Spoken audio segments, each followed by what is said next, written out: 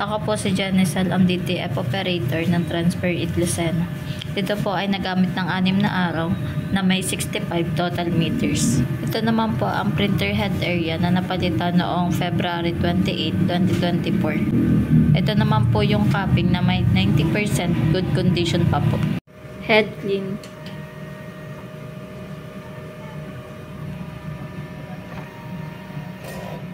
Punasan ang wiper after head clean.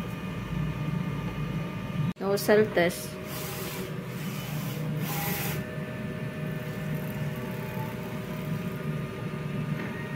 Ang ink tank ay tama lang ang level.